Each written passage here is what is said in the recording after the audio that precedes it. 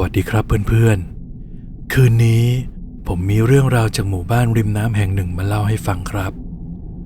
หมู่บ้านนี้เป็นชุมชนเล็กๆที่ดูสงบสุขชาวบ้านส่วนใหญ่ยึดอาชีพประมงน้ำจืดแต่สิ่งที่น่าแปลกก็คือไม่ว่าโลกภายนอกจะเผชิญกับภัยแล้งแค่ไหนหรือแม่น้ำสายอื่นจะขอดแห้งเพียงใดแต่ที่วังน้ำพวนของหมู่บ้านนี้กลับมีปลาอุดมสมบูรณ์ให้จับได้ตลอดทั้งปีแต่ความอุดมสมบูรณ์ที่ว่านี้มันก็มาพร้อมกับกฎเหล็กที่สืบทอดกันมาหลายชั่วอายุคนครับเป็นกติกาที่คนในหมู่บ้านรู้กันดีแต่ไม่มีใครพูดออกมาดังๆนั่นก็คือหลังเที่ยงคืนเป็นต้นไปผืนน้ำแห่งนี้คือเขตต้องห้ามใครเหวี่ยงแหห้ามใครรบกวนผืนน้ำเด็ดขาดโดยไม่มีใครเคยบอกเหตุผลที่แท้จริงว่าทำไมจนกระทั่งเกิดเรื่องกับกล้าพรานปลาหนุ่มที่ตัดสินใจก้าวข้ามเส้นแบ่งนั้นไปครับกล้าเป็นคนขยันครับเขาอยู่กับแม่2 คนในบ้านไม้เก่าๆท้ายหมู่บ้านชีวิตของเขาลำบากมาตลอดแต่สิ่งที่ทำให้เขาแทบขาดใจคือการที่แม่ล้มป่วยด้วยโรคประหลาดผิวหนังของแม่เริ่มแห้งกร้านแข็งและตกสะเก็ดเหมือนปลาแม่ทรมานจนนอนหลับไม่ได้กล้าพยายามหาปลาอย่างหนักในช่วงกลางวันแต่ปลาในน้ำกลับหายไปหมดเหมือนกับว่าพวกมันจงใจจะหลบเลี่ยงเขาเงินเก็บก้อนสุดท้ายที่มีก็เริ่มหมดไปกับค่ายูกยาที่ไม่ได้ช่วยให้อาการของแม่ดีขึ้นเลยเขาต้องการเงินก้อนโตเพื่อพาแม่ไปรักษาที่โรงพยาบาลใหญ่ในเมืองครับคืนหนึ่งขณะที่มองดูแม่นอนไอโคลกๆอยู่บนแคร่ไม้ด้วยความเจ็บปวดกล้าตัดสินใจหยิบแหผืนเก่าพายเรือออกไปกลางวังน้ำพวนในเวลาที่เข็มนาฬิกาชี้บอกเลข12พอดีน้ำในวังน้ำพวนตอนเที่ยงคืนมันนิ่งเหมือนกระจกสีดำสนิทครับกล้าเล่าว่าเขารู้สึกได้ถึงสายตาจำนวนมากที่จ้องมองมาจากความมืดริมตลิ่งแต่เขาเลือกที่จะเมินเฉยเขาเหวี่ยงแหลงไปในจุดที่ลึกที่สุดทันทีที่ตาข่ายสัมผัสผิวน้ำเขาก็รู้สึกถึงแรงกระชากที่หนักอึ้งเขาพยายามกู้แหขึ้นมาด้วยความหวังว่าจะเป็นปลาตัวใหญ่แต่เมื่อแหโผล่พ้นน้ำสิ่งแรกที่เขาเห็นในแสงไฟฉายก็คือเส้นผมครับเส้นผมยาวสีดำสนิทจำนวนมากที่พันยุ่งเหยิงอยู่กับตัวปลาตะเพียนทองขนาดยักษ์ผมเหล่านั้นมันเหนียวและยาวจนหน้าขนลุกมันพันรอบเหงือกปลารอบลูกตาปลากล้าตกใจจนเกือบทำแหหลุดมือแต่พอคิดถึงเงินที่จะได้มาเขาก็ฝืนใจแกะเส้นผมเหล่านั้นทิ้งไปทีละเส้นทีละเส้นโดยที่เขาไม่รู้เลยว่านั่นคือการเปิดประตูสู่บางสิ่งที่ไม่ควรจะไปยุ่งเกี่ยวครับ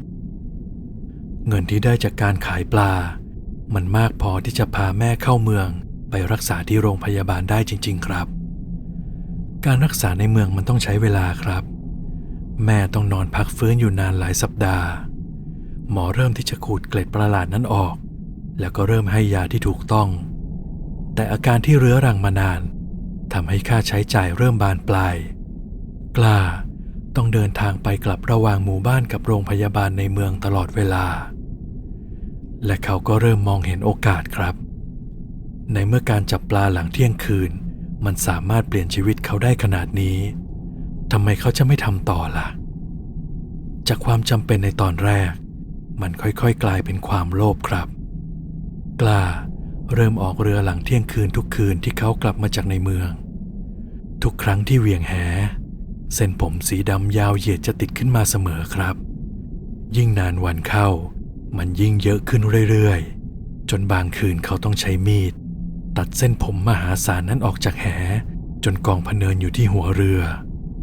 แต่ก็ยังคงจับปลาได้ตัวใหญ่และขายได้ราคาดีเสมอ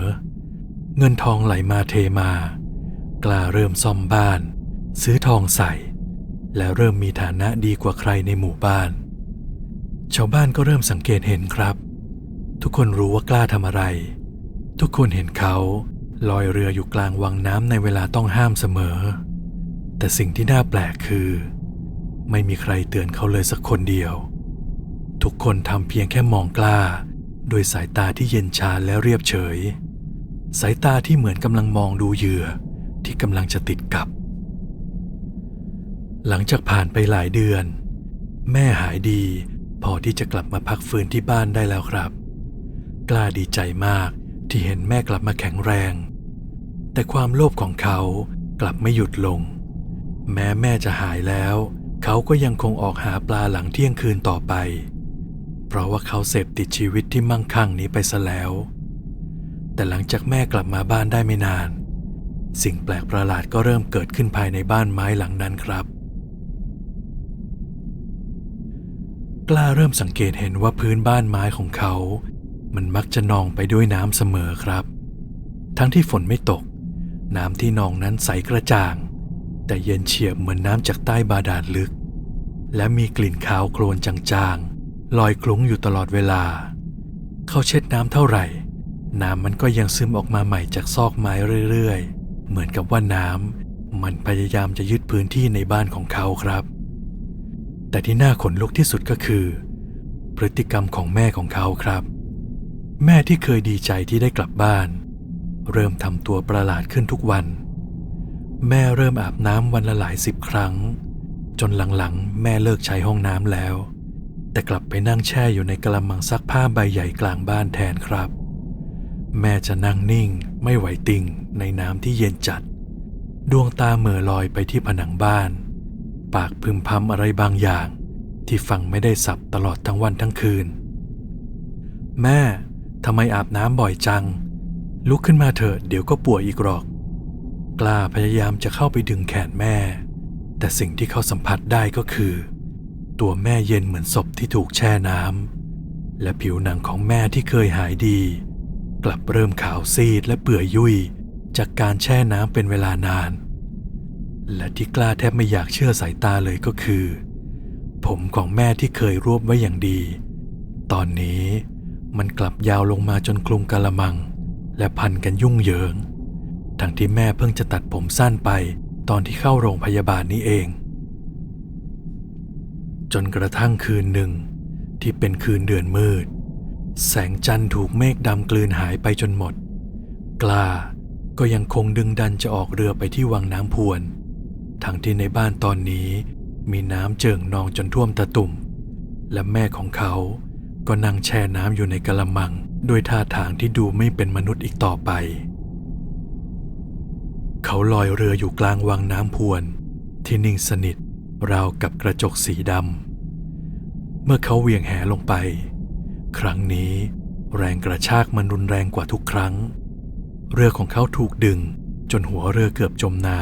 ำกล้าพยายามยื้อยุดด้วยแรงทั้งหมดที่มีเพราะเขาคิดว่าครั้งนี้คงจะเป็นปลายักษ์ที่มีมูลค่ามหาศาลที่สุดแต่สิ่งที่โผล่พ้นน้ำขึ้นมามันกลับไม่ใช่ปลาครับแต่มันกลายเป็นกลุ่มเส้นผมมหาศาลที่พุ่งพรวดขึ้นมาพันรอบข้อมือและข้อเท้าของกล้าอย่างรวดเร็วเส้นผมพวกนั้นเหนียวและเย็นจัดมันรัดแน่นจนเลือดในตัวกล้าแทบเดินไม่ได้เขาพยายามร้องตะโกนสุดเสียงช่วยด้วยใครก็ได้ช่วยข้าทีกล้าหันไปมองที่ริมตลิ่ง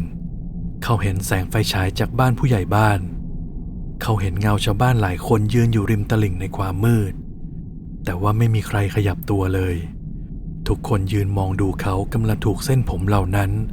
รัดรึงและกระชากลงสู่พื้นน้ำด้วยสายตาที่สงบนิ่งสงบจนน่าใจหายทุกคนนิ่งเฉยเพราะรู้ดีว่านี่คือสิ่งที่ต้องเกิดขึ้นเพื่อให้หมู่บ้านของพวกเขา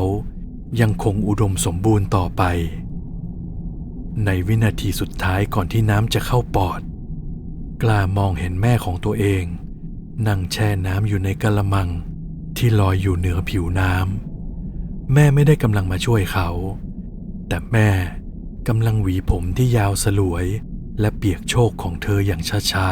ๆพร้อมกับรอยยิ้มที่เย็นชาที่สุดเท่าที่กล้าเคยเห็นมาก่อนที่ร่างของเขาจะถูกกระชากลงสู่ก้นบึ้งของวังน้ำพวนไปตลอดกาลโดยที่ไม่มีใครได้เห็นเขาอีกเลยเช้าวันรุ่งขึ้นอากาศที่หมู่บ้านสดใสอย่างน่าประหลาดครับผิวน้ำที่วังน้ำพวนกลับมาสงบนิ่ง และมีปลาตัวใหญ่กระโดดฮุบเหยื่ออยู่ทั่วไปชาวบ้านพากันออกเรือหาปลาอย่างยิ้มแย้มแจ่มใสเหมือนไม่มีอะไรเกิดขึ้นพวกเขาพบเรือของกล้าลอยเคว้งอยู่กลางน้ำในเรือไม่มีคน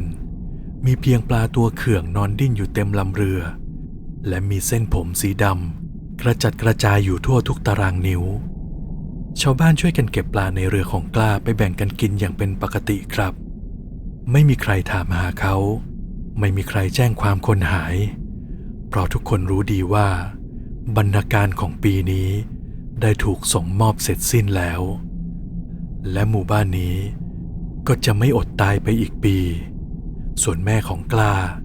หลังจากวันนั้นเธอก็ไม่ได้หายไปไหนครับแต่เธอมักจะชอบมานั่งพึมพำอยู่ที่ริมตลิ่งหน้าวังน้ำพวนในทุกๆคืนหลังเที่ยงคืนพร้อมกับหวีผมยาวๆของเธอไปเรื่อยๆเหมือนกำลังคุยกับใครบางคนที่อยู่ข้างล่างนั่นและความลับของวังน้ำพวน